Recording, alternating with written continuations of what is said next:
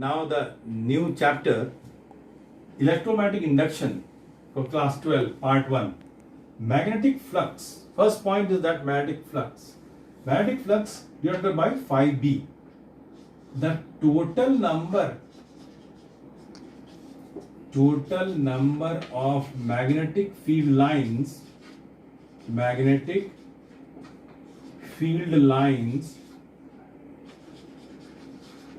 perpendicular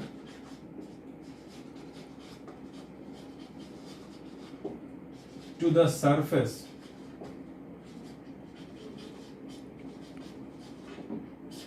is the magnetic flux. Now let's see if a surface is there. यहाँ पर एक surface है, magnetic field line ऐसे आ रही है, ऐसे जा रही है, ऐसे जा रही है, ऐसे जा रही है, मैग्नेटिक फील्ड लाइंस. अब इस मैग्नेटिक फील्ड लाइंस, ये इसका सरफेस है, इसके परपेंडिकुलर, सरफेस के परपेंडिकुलर जितने भी मैग्नेटिक फील्ड लाइंस है वो मैग्नेटिक फ्लक्स कहलाएगी. यानी यहाँ पर अगर 3 है तो हम बोलेंगे मैग्नेटिक फील्ड लाइंस कितना है, 3 लाइंस पास किया.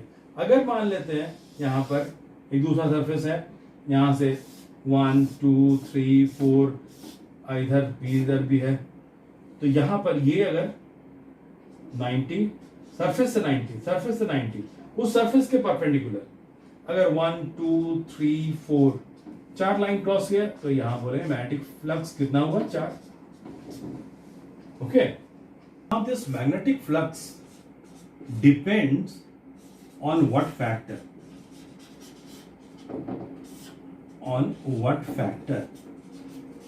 that we are going to discuss. Factor number 1 is that if the magnetic field strength is more or less. Here less means if here it is growing or becoming less, but here phi depends more on the B. We are talking about the magnetic field. phi किस पर depend करता है, B पर, magnetic field strength पर. जितना ज्यादा magnetic flux उस surface के परपेंडिकुलर पास करेगा. जैसे आप देखिए, ये I have design this particular idea. Here north is there, here the south is there, so direction of magnetic field lines is upward. Just you see, I have pointed dot and encircle. ये ऊपर की ओर magnetic field lines है. तो ऊपर की ओर B अगर ज्यादा है किसी एक सरफेस एरिया से, जैसे यहां पर अगर हम यहां पर ऐसे प्लेस के, ये एक सरफेस है, तो हम बोलेंगे मैग्नेटिक फ्लक्स कितना है, तो यहां पर कितना परपेंडिकुलर लाइन जितना क्रॉस कर रही है सरफेस के अंदर से, तो that is your magnetic field lines perpendicular to the surface. इस सरफेस के परपेंडिकुलर. ओके. तो पहला फैक्टर है कि phi magnetic field lines is directly proportional to the B, strength of the magnetic field. अगर मैग्नेटिक फील्ड लाइंस या magnetic field बहुत stronger है तो मैग्नेटिक फ्लक्स भी स्ट्रॉन्गर होगा. Second part, B depends on phi depends on the area. किस पर depend करेगा, एरिया पर, एरिया ऑफ द सरफेस. जैसे मान लेते हैं यहां पर ये हम रिप्रेजेंट कर रहे हैं मैग्नेटिक फील्ड लाइंस को. एक छोटा सरफेस, यहां ये इसका एरिया कम है.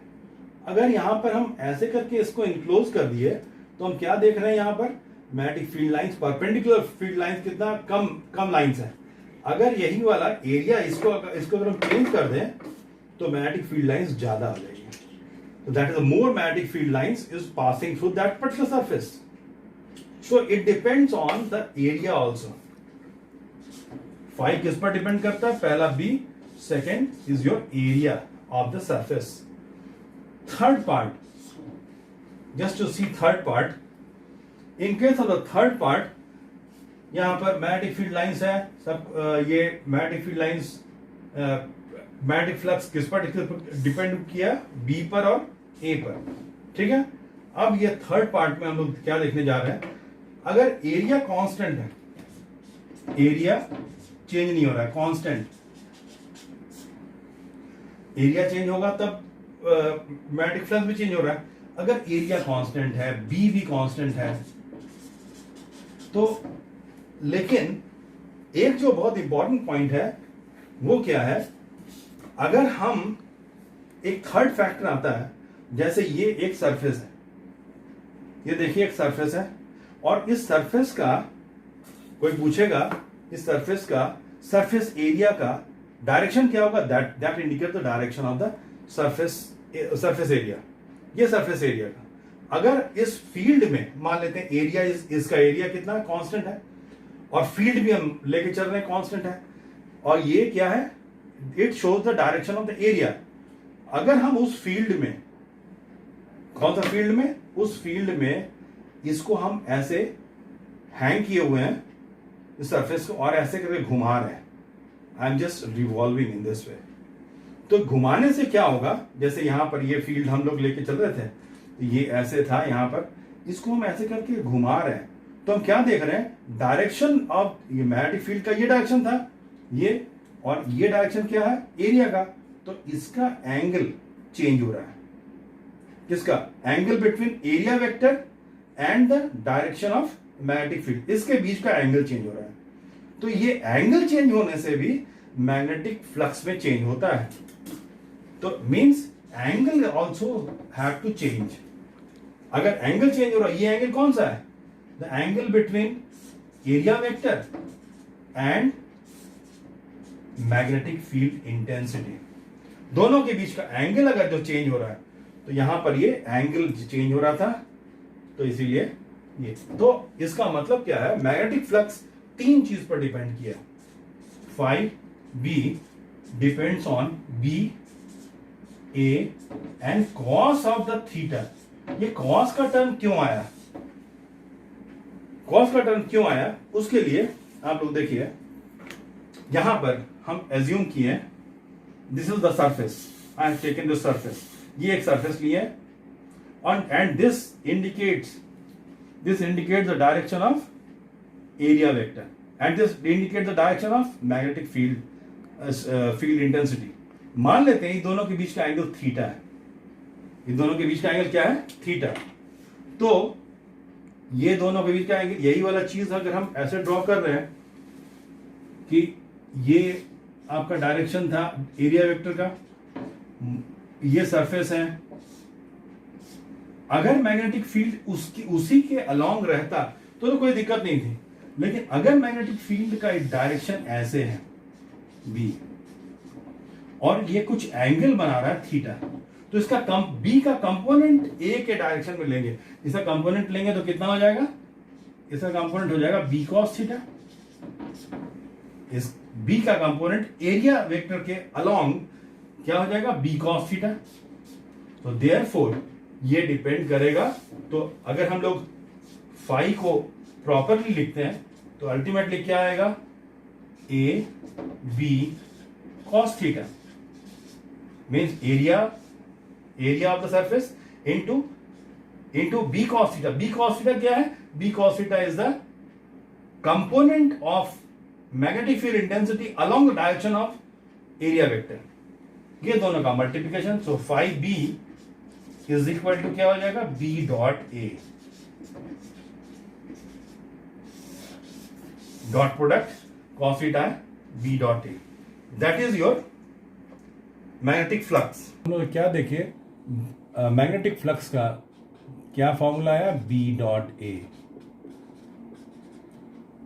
B is a vector quantity, A is also vector quantity, तो यहां पर और B dot A is equal to B A cos theta. तो फाई किस पर डिपेंड कर रहा है, फाई कब डिपेंड कर रहा है, किस पर कैसे, बी पर डिपेंड कर रहा है, अगर बी चेंज हो रहा है उस पर डिपेंड करेगा, और फाई किस पर डिपेंड करेगा, अगर एरिया भी चेंज हो रहा है, एरिया वेरी कर रहा है तो उस पर भी डिपेंड कर रहा है, और फाई थीटा पर चेंज हो रहा है, थीटा अगर चेंज हो रहा है तो फाई भी चेंज होगा। तो यहां पर ये जो आया बी ए कॉस थीटा, अगर हम इसको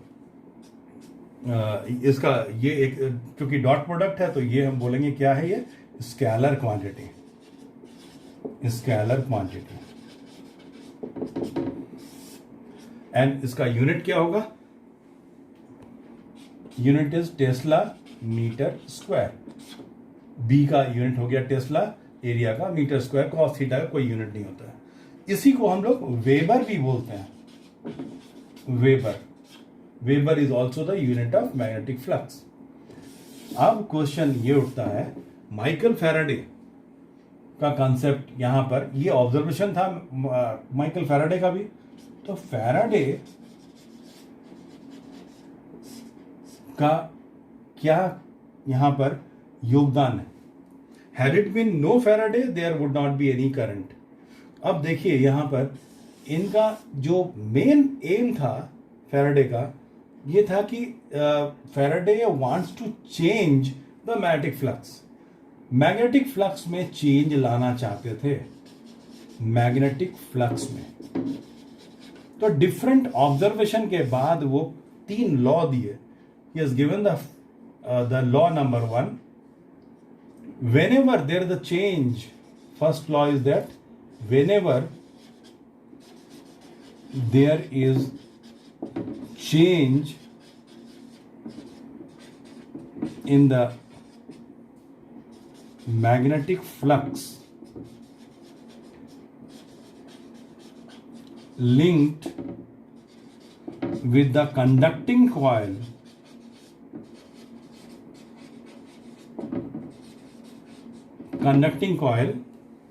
EMF is induced. EMF is induced. ये पहला इंपॉर्टेंट लॉ था। EMF is induced. Hence हम लोग बोल सकते हैं current is also induced.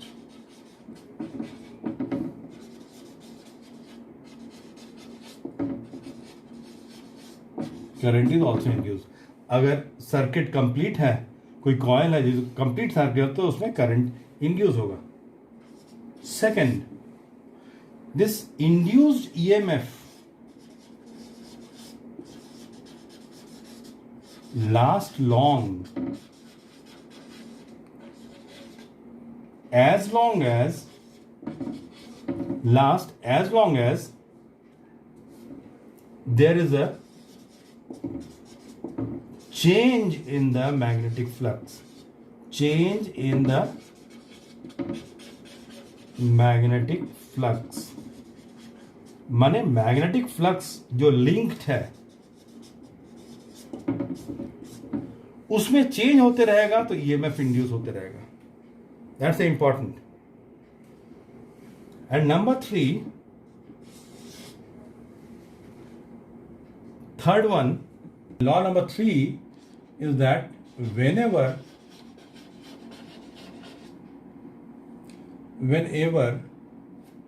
there is the relative motion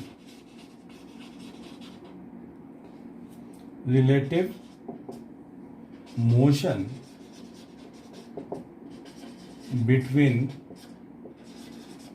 coil and the magnet, EMF is induced. यहां एक word relative motion, that's important. मान लेते हैं, just suppose one coil is there like that, and here यहाँ पर हम लोग इस कॉइल में यहाँ पर एक एमीटर रखे हुए हैं और एमीटर कनेक्ट किए हैं, और यहाँ पर एक magnet, bar magnet north south, इसको हम यहाँ पर लेके आ रहे। बार मैग्नेट है, इसका मैग्नेटिक फील्ड लाइंस ऐसे जाएगा, यहाँ से निकल रही है मैग्नेटिक फील्ड लाइंस, यहाँ से ऐसे इधर। ये मैग्नेटिक फील्ड लाइंस एक दूसरे को कट नहीं कर सकती है, तो हम लोग ऐसे ड्रॉ कर रहे हैं।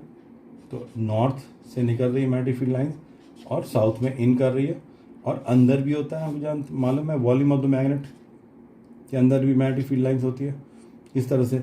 अब जैसे ही इसको हम यहाँ मूव करा रहे हैं, मैग्नेट को ऐसे मूव करा रहे हैं, ये कॉइल के अंदर कनेक्टिंग कॉइल के अंदर, तो हम देख रहे हैं यहां पर डिफ्लेक्शन हो रहा है, current is induced, I is induced, current induce हो जाएगा। अब रिलेटिव मोशन का मतलब क्या होता है? ये दोनों का रिलेटिव मोशन का मतलब ये है कि ये मान लेते हैं थोड़ा देर के लिए ये सिस्टम, ये कॉइल ऐसे मूव कर रहा है, कॉइल इस तरफ मूव कर रहा है 10 मीटर पर सेकेंड के स्पीड से, और ये मैग्नेट भी इस तरफ मूव कर रहा है 10 मीटर पर सेकेंड के स्पीड से। मान लेते हैं बहुत ज़्यादा स्पीड है, मान लेते हैं, इमेजिन कर रहे हैं दोनों मूव कर रहा है, तो ये दोनों का रिलेटिव स्पीड कितना होगा? रिलेटिव स्पीड हो जाएगा 0।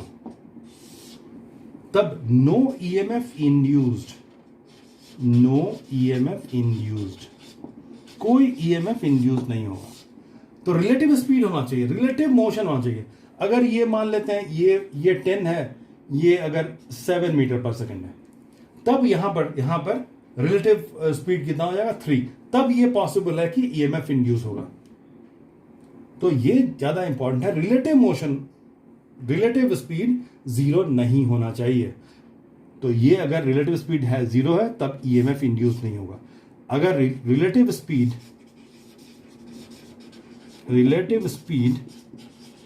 नॉन जीरो है, तब ईएमएफ इंड्यूस्ड होगा, और ईएमएफ इंड्यूस होगा तो हम क्या बोलेंगे? करंट भी इंड्यूस्ड होगा, क्योंकि क्लोज सर्किट है तो करंट भी इंड्यूस होगा। डायरेक्शन कुछ भी हो, चाहे ऐसे हो या ऐसे हो, it depends that which pole we are taking it inside the coil. Okay, that is all about the Faraday's law, इसका मतलब, और इसके साथ ये 3 लॉ, मैग्नेटिक फ्लक्स, उसके बाद ये तीनों लॉ। एक छोटी सी चीज और है, one more point in this, all the 3 laws are there, कि ईएमएफ जो इंड्यूस हुआ उसको क्या देखा गया कि अगर स्पीड तेज है या रिलेटिव मोशन ज्यादा हो रहा है तो ईएमएफ ज्यादा हो रहा है, means EI is directly proportional to change in the rate of change in the magnetic flux. Magnetic flux के रेट में change in the magnetic flux में कम समय में ज्यादा चेंज होगा तो ज्यादा ईएमएफ इंड्यूस होगा। कहने का मतलब ये। और अगर मान लो उस कॉइल में n नंबर ऑफ टर्न्स है, तो इसको अगर हम लोग हटाते हैं डायरेक्ट प्रोपोर्शनल साइन, तो हम लोग यहाँ पर क्या करते हैं, एक कांस्टेंट n नंबर है, तो यहाँ पर d∅b/dt, और उसके बाद इनफैक्ट ये साइन निगेटिव आता है लेंजेस लॉ से, वो हम लोग बाद में डिस्कस करेंगे। n is the number of coils, number of turns, in fact ऐसे करके वो टर्न था, कॉइल था, उसके अंदर का नंबर ऑफ टर्न्स n है। तो यहां पे सबसे इंपॉर्टेंट समझने वाली बात यह है कि कम समय में ज्यादा अगर चेंज हो रहा है मैग्नेटिक फ्लक्स में चेंज होना चाहिए, तब ज्यादा ईएमएफ इंड्यूस होगा। That is the important point. तो हम लोग ईएमएफ इंड्यूस अगर निकाल लेंगे, फिर हम लोग आई इंड्यूस भी निकाल सकते हैं, I is equal to EMF induce. तो यहां पर क्या हो जाएगा, ओम्स लॉ से V is equal to I R होता है, तो I इज इक्वल टू क्या होता है, V/R। तो हम लोग यहाँ पर इतना बाई R कर देंगे, कॉइल का रेजिस्टेंस, तो ईएमएफ इंड्यूस हो जाएगा, हमारा ये निकल जाएगा। अगर ईएमएफ इंड्यूस निकाल लिया, रेजिस्टेंस से उसको डिवाइड कर दिया, तो मेरा करंट इंड्यूस भी निकाल सकते हैं हम लोग यहाँ से। तो that is the Faraday's basic idea, basic laws and the magnetic flux.